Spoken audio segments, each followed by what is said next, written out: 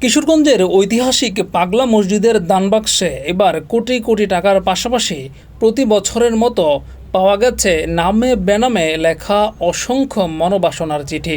এর মধ্যে একটি ব্যতিক্রমী চিঠি 2030 সালে ফুটবল বিশ্বকাপে বাংলাদেশের অংশগ্রহণের স্বপ্ন প্রকাশ করেছে এক ফুটবলপ্রেমী।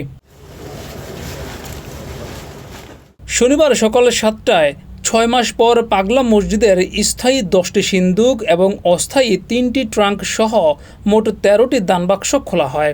এবার দানবাক্স থেকে রেকর্ড 43 বস্তা টাকা পাওয়া যায়। পরে মসজিদের দ্বিতীয় তলায় গণনার কাজ শুরু হয়। এ সময় টাকার পাশাপাশি উদ্ধার করা হয় বিভিন্ন ব্যক্তি ও ভক্তদের লেখা অসংখ্য চিঠি। এসব চিঠির মধ্যে একটি চিঠি সবার দৃষ্টি আকর্ষণ করে। সেখানে এক অজ্ঞাতনামা ব্যক্তি বাংলাদেশের ফুটবলের উন্নতি এবং 2030 সালের ফুটবল বিশ্বকাপে লাল সবুজের প্রতিনিধিত্ব দেখার আকাঙ্ক্ষা প্রকাশ করেছেন।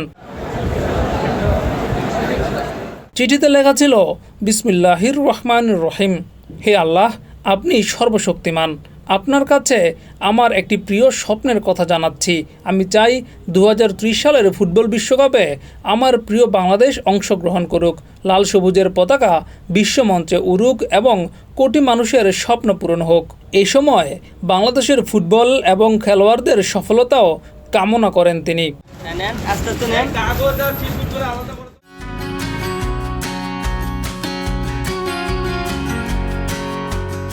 পাগলা মসজিদের দানবাক্সে প্রতি 6 মাস পরপর বিপুল পরিমাণ অর্থের পাশাপাশি বিভিন্ন ধরনের ব্যক্তিগত, পারিবারিক এবং জাতীয় স্বপ্ন আকাঙ্ক্ষা নিয়ে লেখা চিঠি পাওয়া যায়। তবে দেশের ফুটবলকে বিশ্বকাপের মঞ্চে দেখতে চাওয়ার এমন ব্যতিক্রমী আবেদন উপস্থিত অনেকেরই দৃষ্টি কাড়ে। জিয়াউর রহমান, যুগের চিন্তা।